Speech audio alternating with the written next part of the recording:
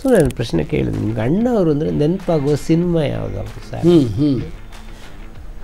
ಅವರು ಕೂಡಲೇ ಹೇಳಿದರು, ಕನಿಕಾ ಪರಮೇಶ್ವರಿ. ನಿಂತಲ್ಲಿ ಅವಳು, ಕುಳಿತಲ್ಲಿ ಅವಳು. ಈ ಮುತ್ತುರಾಜನ ಮನಸ್ಸೊಳಗೆಲ್ಲಾದರೂ ನಾನು ರಾಘವೇಂದ್ರ ಸ್ವಾಮಿ ಪಾತ್ರ ಮಾಡಿದ್ದೀನಿ ಅಂತ ಬಂದುಬಿಟ್ರೆ ಬರಬಾರ್ದು. ರಾಯರೇ ಮಾಡಿಸಿರೋದು ಪಾತ್ರ, ನಾನು ಮಂತ್ರಾಲಯಕ್ಕೆ ಹೋಗ್ಬಿಟ್ಟು ಯಾರ ಹತ್ರ ಏನೂ ಮಾತಾಡಲ್ಲ, ಗುರುಗಳ ಹತ್ರ ಕೇಳ್ತಾರೆ, ನಿಮ್ಮ ಸಿನಿಮಾ ಮಾಡಬೇಕು ಅಂತ ಹೋದೆ, ಹಿಂಗಾಯಿತು ನೋಡಿ. ಅವರ ಬಲಗಡೆ ಹೋಗಿ ವಿಷ್ಣುವರ್ಧನ್ ರಾತ್ರಿ 2:30 ಫೋನ್ ಮಾಡಿದ್ರು. ರಾತ್ರಿ 2:30 ಫೋನ್ ಮಾಡಿಬಿಟ್ಟು ಓದ್ದೆ ಶ್ರೀಧರ್ ಮೂರ್ತಿ, ನಾನು ಮಾತ್ರ ಶಾಪಗ್ರಸ್ತ ಅಂದ್ಕೊಂಡಿದ್ದೆ, ನಮ್ಮ ಅಪ್ಪನೂ ಶಾಪಗ್ರಸ್ತ ಆಗಿದ್ರು. ತುಂಬ ನೋವು. ಇನ್ನೊಂದು ಸಿನಿಮಾ ಕನಿಕಾ ಪರಮೇಶ್ವರಿ, ಇದಕ್ಕೆ ಸಂಬಂಧಪಟ್ಟ ಹಾಗೆ ನಮ್ಮ ಇಂಡಿಯನ್ ಕ್ರಿಕೆಟರ್, ಕರ್ನಾಟಕದ ದೊಡ್ಡ ಕ್ರಿಕೆಟರ್ ಅನಿಲ್ ಕುಂಬ್ಳೆ ಅವ್ರ ಸಂಬಂಧ ಏನೋ ಜ್ಞಾಪಿಸ್ಕೊತಾ ಇದ್ದೀನಿ, ನೆನಪು ಮಾಡ್ಕೊಳ್ತೀನಿ. ಕರೆಕ್ಟ್. ನಾನು ಕೆಲವು ಸಮಯ ಟೈಟನ್ ವಾಚಸಲ್ಲಿ ಕೆಲಸ ಮಾಡಿದೆ. ಸರಿ. ನಮ್ಮದು 4ನೇ ಫ್ಲೋರಲ್ಲಿ ಆಫೀಸ್ ಆದರೆ ಕುಂಬ್ಳೆ 5ನೇ ಫ್ಲೋರಲ್ಲಿ ಇರೋರು. ಸರಿ. ಆಮೇಲೆ ನಾವು ಆಫೀಸ್ಗೆ ಹೋದರೆ ಅವ್ರು ಇಳ್ಕೊಂಬರೋರು, ಮೆಟ್ಲು ಇಳ್ಕೊಂಡು ಬರೋರು. ಮತ್ತು ಈಸ್ ಎ ವೆರಿ ಅಂದರೆ ಅಷ್ಟೊತ್ತಿಗೆ legendary cricketer, legendary cricketer. But ಅಷ್ಟು ಒಳ್ಳೆ ಕನ್ನಡದಲ್ಲಿ ಮಾತಾಡೋರು. ಆಮೇಲೆ ಸರ್ ಈ ಮ್ಯಾಚ್ ಹೆಂಗಾಯಿತು ಏನು ಎತ್ತ ಅಂತಂದರೆ ಭಾಳ ಚೆನ್ನಾಗಿ ಕತೆಗಳನ್ನು ಹೇಳೋರು. ನನಗೆ ಅಣ್ಣವ್ರು ಹೋದ ಮೇಲೆ ಒಂದು ಸಂಚಿಕೆ ಮಾಡುವಾಗ, ಈಗ ಸಿನಿಮಾದವರು ಸಾಹಿತ್ಯದವರು ಅಣ್ಣವ್ರ ಬಗ್ಗೆ ಮಾತಾಡಿದ್ರು, ಬೇರೆ ಬೇರೆ ಕಡೆನೂ ಮಾತಾಡಿದ್ರು. ಆದರೆ ಅಣ್ಣವ್ರು ಎಲ್ಲ ವರ್ಗಕ್ಕೂ ಸಲ್ಲೋರು, ಎಲ್ಲರನ್ನೂ ಆಕರ್ಷಿಸಿದ್ರು. ಖಂಡಿತವಾಗ್ಲೂ ಅದ್ರ ಬಗ್ಗೆ ಎರಡು ಮಾತಿಲ್ಲ. ಒಂದು ಸಲ ಅನ್ನಿಸ್ತು, ಅನಿಲ್ ಕುಂಬ್ಳೆ ಏನು ಅನಿಸುತ್ತೆ ಮಾತನಾಡುವಾಗ ಅನಿಸುತ್ತಾ. ಆಮೇಲೆ ಅನಿಲ್ ಕುಂಬ್ಳೆಗೆ ಫೋನ್ ಮಾಡಿದೆ ನಾನು ದಿನೇಶ್ ಕುಂಬ್ಳೆ ಅಂತ ಅವ್ರ ಅಣ್ಣ. ಸೊ ಅವ್ರ ಹತ್ರ, ಯಾಕಂದ್ರೆ ಅನಿಲ್ ಕುಂಬ್ಳೆ ನಾರ್ಮಲಿ ಫೋನ್ ತೊಗೊಳಲ್ಲ. ದಿನೇಶ್ ಕುಂಬ್ಳೆಗೆ ಹೇಳಿ ನಾನು ಅವ್ರ ಜೊತೆ ಕೆಲಸ ಮಾಡಿದ್ದೆ, ಏನು ಇತ್ತ ಅಂತ ಅಂದ್ಬಿಟ್ಟು ಹಿಂಗೆ ಫೋನ್ ಮಾಡಿದೆ. ಫೋನ್ ಮಾಡಿದ್ರೆ ಅವರು ಆ್ಯಕ್ಚುಲಿ ಆಸ್ಟ್ರೇಲಿಯನ್ ಟೂರ್ ಮುಗಿಸ್ಕೊಂಡು ಬಂದಿದ್ರು, ಮತ್ತು ಇನ್ನೊಂದು ಇಂಗ್ಲೆಂಡ್ ಬರೋದಿತ್ತು. ಸರಿ. ಆ ಪೀರಿಯಡ್ ಅದು ಹೆಕ್ಟಿಕ್ ಪೀರಿಯಡ್ ಅದು. ಒಂದು ಸರಣಿ ಇನ್ನೊಂದು ಸರಣಿ ಮುಗಿತಾ ಇತ್ತು. ಫೋನ್ ಮಾಡಿದ್ರೆ ಅವರು, ಟೈಮ್ ಇಲ್ವಲ್ಲ ಸ್ವಾಮಿ ನನಗೆ ಮಾತಾಡೋದಕ್ಕಿಲ್ಲ, ಅಣ್ಣವ್ರ ಬಗ್ಗೆ ಮಾತಾಡಿ ಸರ್ ಅಂತ ಅಲ್ಲದೆ. ಆಯ್ತು ಬನ್ನಿ ದಿನೇಶ್ ಕುಂಬ್ಳೆ ಅವ್ರ ಆಫೀಸ್ ಜಯನಗರದಲ್ಲಿ, ಅಲ್ಲಿಗೆ ಬಂದುಬಿಡಿ ಅಂತಂದ್ರೆ ಅಲ್ಲಿ ಹೋದ. ಸೊ ನಾನು ಪ್ರಶ್ನೆ ಕೇಳಿದೆ, ನಿಮ್ಗೆ ಅಣ್ಣವರು ಅಂದರೆ ನೆನಪಾಗುವ ಸಿನಿಮಾ ಯಾವುದವು? ಅವರು ಕೂಡಲೇ ಹೇಳಿದರು, ಕನಿಕಾ ಪರಮೇಶ್ವರಿ ಕಥೆ. ನಂಗೆ ಅಣ್ಣವರು ಬಹಳ ಇಷ್ಟವಾದ ಸಿನಿಮಾ. ಅದರಲ್ಲಿ ನಿಂತಲ್ಲಿ ಅವಳು, ಕುಳಿತಲ್ಲಿ ಅವಳು ಅಂತ ಒಂದು ಹಾಡಿದೆ. ಪಿ. ಶ್ರೀನಿವಾಸ್ ಬಹಳ ಅದ್ಭುತವಾಗಿ ಹಾಡಿದ್ದಾರೆ ಅದನ್ನು. ಅವನು ಕನಿಕಾ ಪರಮೇಶ್ವರಿಯನ್ನು ಅವನು ರಾಜ ವಿಷ್ಣುವರ್ಧನ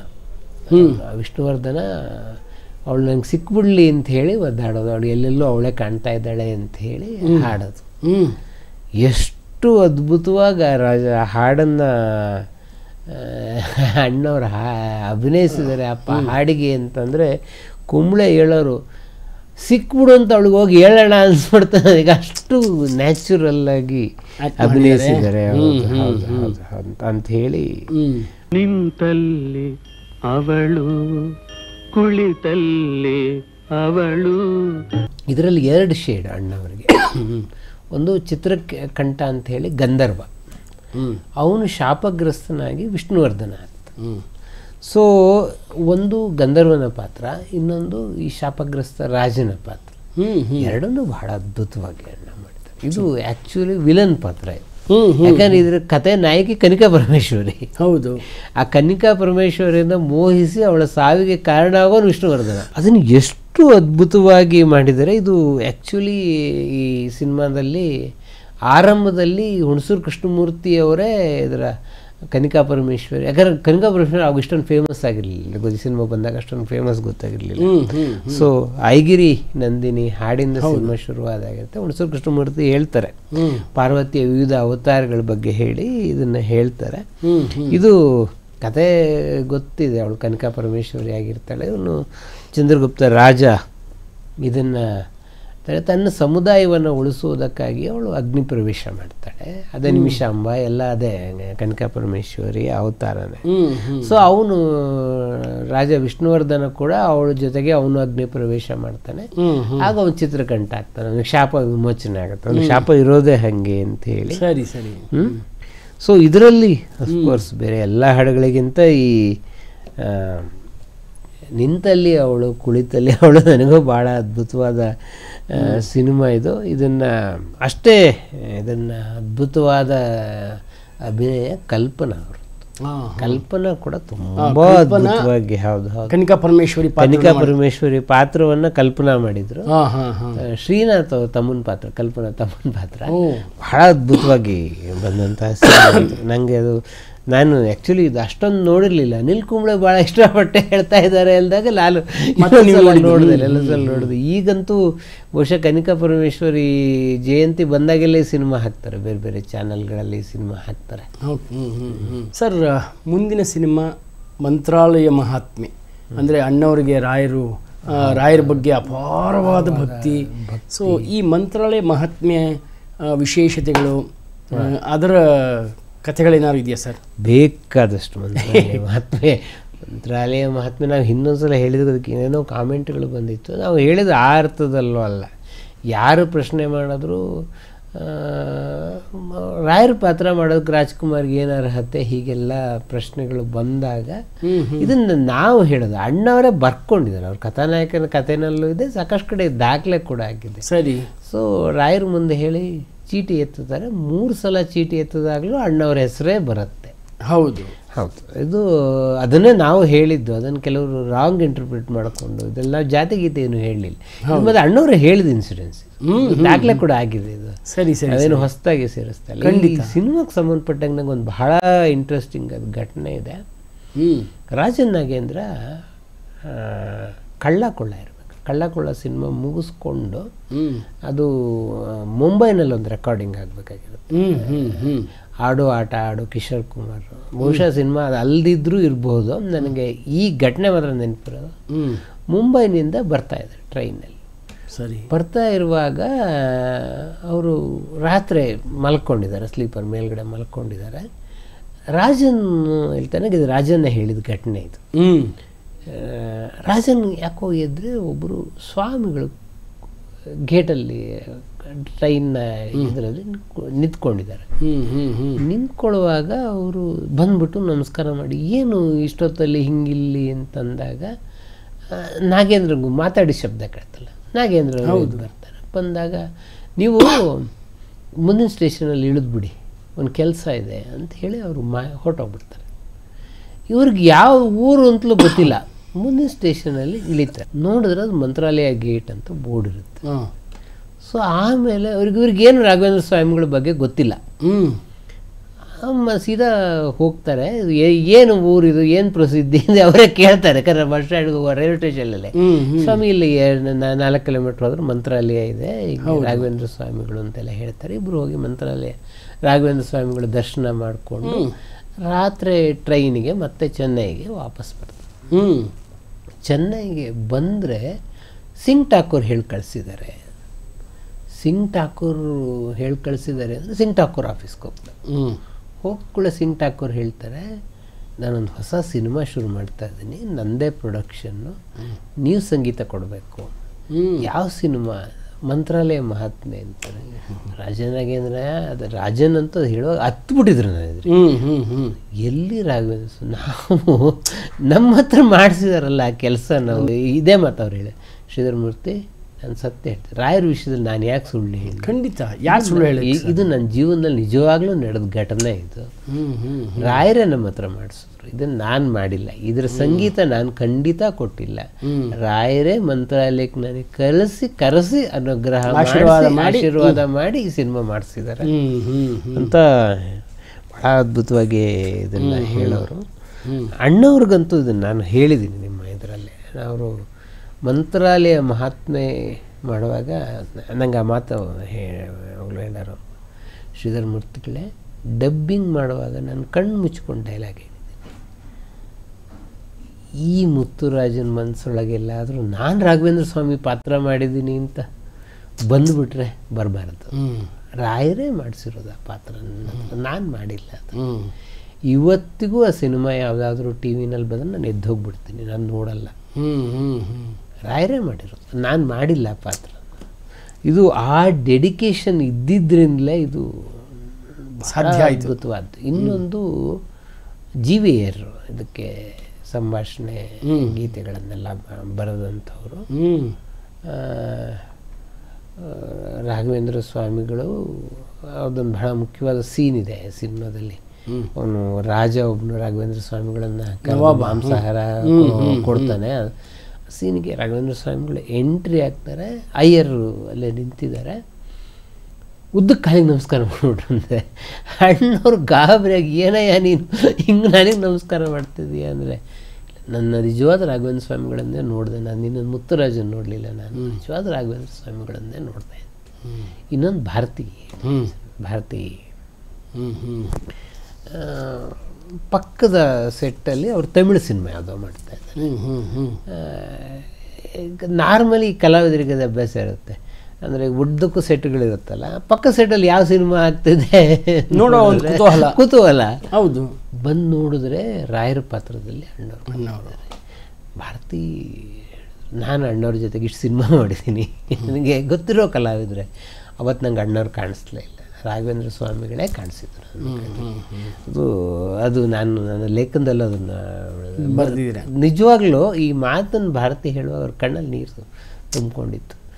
ಈ ಥರದ ಅನೇಕ ಘಟನೆಗಳಿದೆ. ಇದು ಸ್ವತಃ ರಾಘವೇಂದ್ರ ಸ್ವಾಮಿಗಳೇ ಮಾಡಿದಂತಹ ಪವಾಡ ಅಂತ ಹೇಳ್ಬೋದು. ಇದಕ್ಕೆ ಅದೇ ರಾಘವೇಂದ್ರ ವಿಜಯ ಅಂತ ಹೇಳಿ ಶಿರೋಮಣಿ ಗುರುರಾಜಾಚಾರ್ಯರ ಗ್ರಂಥವನ್ನು ಆಧಾರವಾಗಿ ಇಟ್ಕೊಂಡು ಮಾಡಿದಂಥದ್ದು. ಇದರಲ್ಲಿ ಜಯಂತಿ ಕೂಡ ಒಂದು ಬಹಳ ಅದ್ಭುತವಾದ ಪಾತ್ರವನ್ನು ಮಾಡಿದ್ದಾರೆ. ವೃಂದಾವನಸ್ಥರಾಗುವ ಪಾತ್ರ ಅಂತೂ ವೃಂದಾವನ ಪ್ರವೇಶ ಮಾಡಬೇಕು ಅಣ್ಣ ಅವರು ಪಾತ್ರವನ್ನು, ಅದು ಎಷ್ಟು ಸಜೀವ ವೃಂದಾವನ ಪ್ರವೇಶವನ್ನು ಮಾಡಬೇಕು ಅನ್ನುವಾಗ ನೀವು ಆ ಸಿನಿಮಾ ನೋಡಬೇಕು.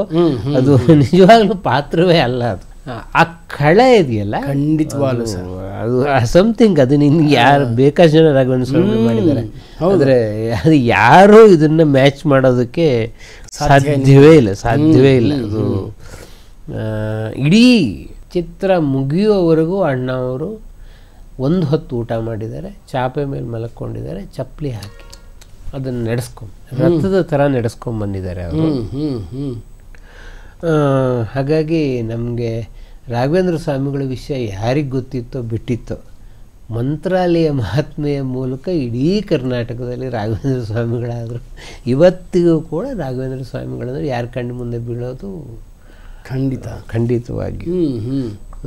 ಆಮೇಲೆ ಮುಂದೆ 2 ರಾಘವೇಂದ್ರ ಸಿನಿಮಾ ಬಂದಿದೆ, ಭಾಗ್ಯವಂತ. ಹೌದು. ಆದರೆ ಒಂದು ಚಾರಿತ್ರಿಕವಾಗಿ ಬಹಳ ಹೇಳಲೇಬೇಕಾದ ಸತ್ಯ ಏನು ಅಂತಂದರೆ, ಮಂತ್ರಾಲಯ ಮಹಾತ್ಮೆ ಮೊದಲ ಬಿಡುಗಡೆಯಲ್ಲಿ ಅಯಶಸ್ವಿಯಾದ ಸಿನಿಮಾ. ಫಸ್ಟ್ ರಿಲೀಸ್ನಲ್ಲಿ ಹೋಗಲಿಲ್ಲ. ಸಿಂಗ್ ಠಾಕೂರು ತಮ್ಮ ಇಡೀ ಸಂಪಾದನೆಯನ್ನು ಹಾಕಿ ಸಿನಿಮಾ ಅವರೇ ಪ್ರೊಡಕ್ಷನ್ ಮಾಡಿದಾಗ ರಾಯರನ್ನು ನಂಬಿ ಹಿಂಗೆ ಆಗೋಯ್ತಲ್ಲ, ದುಡ್ಡೆಲ್ಲ ಕಳ್ಕೊಳ್ಳೋದಕ್ಕೆ ಅಂತ ಮಂತ್ರಾಲಯಕ್ಕೆ ಹೋಗ್ಬಿಟ್ಟು ಯಾರ ಹತ್ರ ಏನೂ ಮಾತಾಡಲ್ಲ, ಗುರುಗಳ ಹತ್ರ ಕೇಳ್ತಾರೆ, ನಿಮ್ಮ ಸಿನಿಮಾ ಮಾಡಬೇಕು ಅಂತ ಹೋದೆ, ಹಿಂಗಾಯ್ತು ನೋಡಿ ಅಂತೇಳಿ. ಅವರ ಬಲಗಡೆ ಹೂ ಬೀಳುತ್ತೆ ಅವ್ರು ಕೇಳುವಾಗ, ಬೃಂದಾವನದಿಂದ ಬಲಗಡೆ ಹೂ ಬಿದ್ದಾಗ ಅವನು ಆ ಹೂವನ್ನು ತೊಗೊಂಡು ಬನ್ನಿ ಅಂತ ಹೇಳ್ತಾನೆ.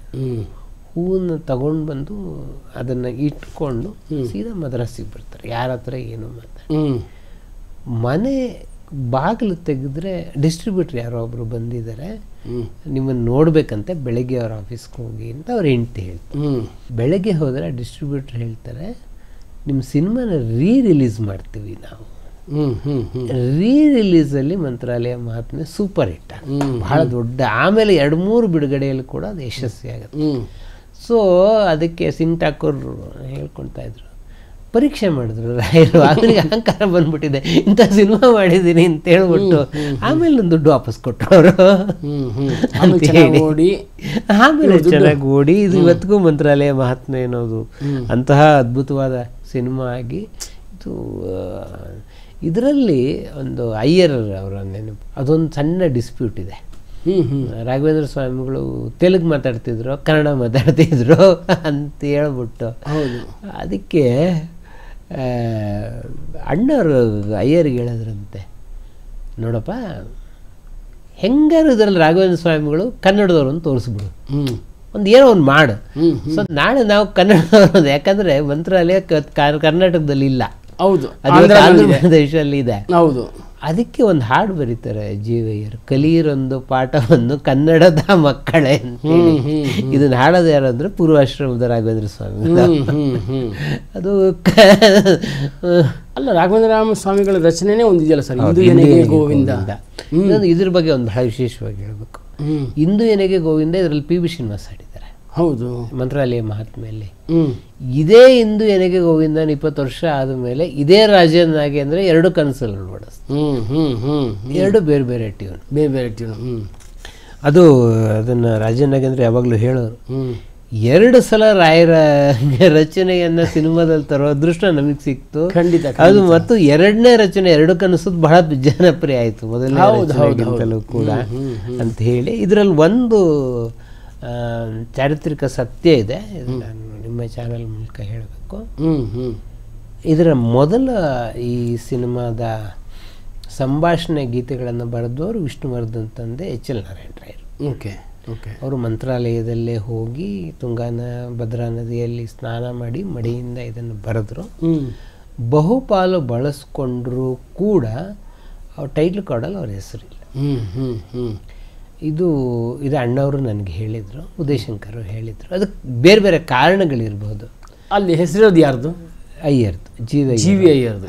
ಅಂತಿಮಗೊಳಿಸಿದ್ದ ಅಯ್ಯರು, ಬರೆದಿದ್ದ ಅಯ್ಯರು. ಬಟ್ ಇದನ್ನು ಮೊದಲ ಪ್ರಾರಂಭಿಕ ಬರವಣಿಗೆ ಮಾಡಿದವರು ನಾರಾಯಣ ರಾಯರು. ನಾನು ಇದನ್ನು ಎಲ್ಲೊಂದು ಕಡೆ ಬರೆದಿದ್ದೆ ಈ ಇನ್ಸಿಡೆನ್ಸ್. ಬರೆದ ಮೇಲೆ ವಿಷ್ಣುವರ್ಧನ್ ರಾತ್ರಿ 2:30 ಫೋನ್ ಮಾಡಿದ್ರು.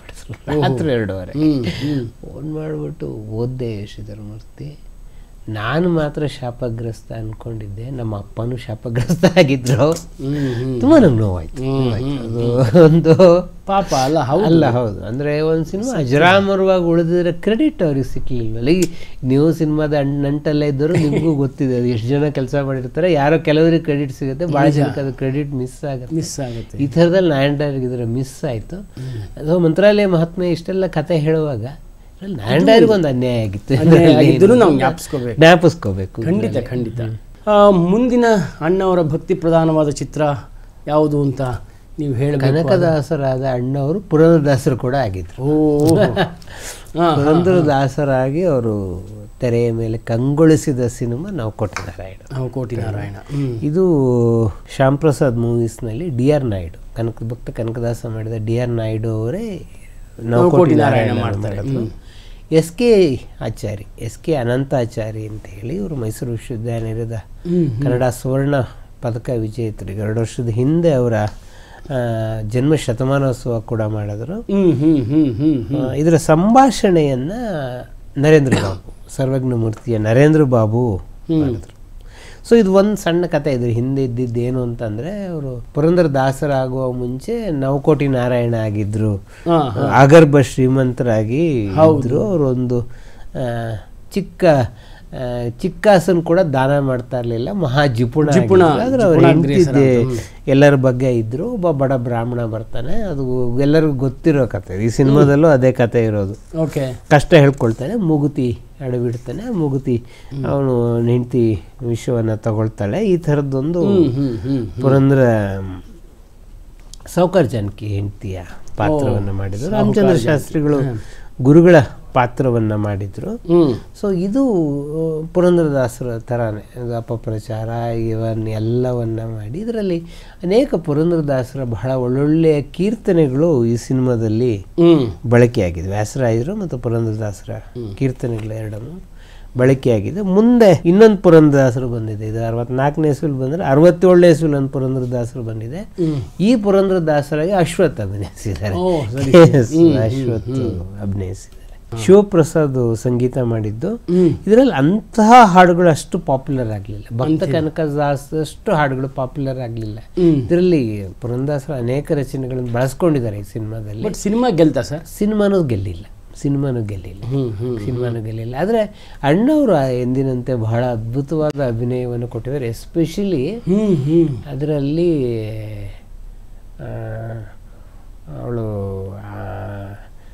ಅವನು ಪರಮ ಲೋಭಿಯಾಗಿರ್ತಾನಲ್ಲ, ಆ ಕಾಲದವಳು ವೇಷ ಅವನು ಪರೀಕ್ಷೆ ಮಾಡೋದಕ್ಕೆ ಈ ಹಣೆಯಿಂದ ಒಂದು ಇದನ್ನು ತಗೋ ಅಂತ ಹೇಳ್ತಾಳೆ. ಅಪ್ಪ ಆ ಸೀನನ್ನು ಪರಮ ಅದ್ಭುತವಾಗಿ ಮಾಡಿದ್ದಾರೆ. ಆ ಲೋಭತನ, ಆಮೇಲೆ ಆ ಲೋಭತನವನ್ನು ಕಳ್ಕೊಂಡು ದಾಸರಾಗುವುದು, ಈ ಪರಿವರ್ತನೆಯನ್ನು ಬಹಳ ಅದ್ಭುತವಾಗಿ ಮಾಡಿದ್ದಾರೆ. ಅದ್ರ ಬಗ್ಗೆ ಎರಡು ಮಾತೇ ಇಲ್ಲ. ಇನ್ನೂ ಅನೇಕ ಭಕ್ತಿ ಪ್ರಧಾನ ಚಿತ್ರಗಳು ಇನ್ನೂ ಹಲವಾರಿದೆ ಅಲ್ವಾ ಸರ್? ಹಲವಾರು. ನಾವು ಭಕ್ತ ಕುಂಬಾರದಂತ ಸಿನಿಮಾನ ಇನ್ನೂ ಮಾತಾಡಿಲ್ಲ. ಇನ್ನೂ ಪಟ್ಟಿ ಉದ್ದ ಇದೆ, ಬಹಳ ಇದೆ. ಸೊ ಇವತ್ತು ಇಲ್ಲಿಗೆ ಮುಗಿಸಿ ನಾವು ಮತ್ತೆ ಭಕ್ತಿಯನ್ನು ಮುಂದುವರ್ಸೋಣ. ಧನ್ಯವಾದಗಳು. ಇವತ್ತಿನ ಮಟ್ಟಿಗೆ ಮತ್ತೆ ನಾವು ಭೇಟಿಯಾಗೋಣ ಇದೇ ಕಾರ್ಯಕ್ರಮದಲ್ಲಿ. ಧನ್ಯವಾದಗಳು ಸರ್. ಓಕೆ.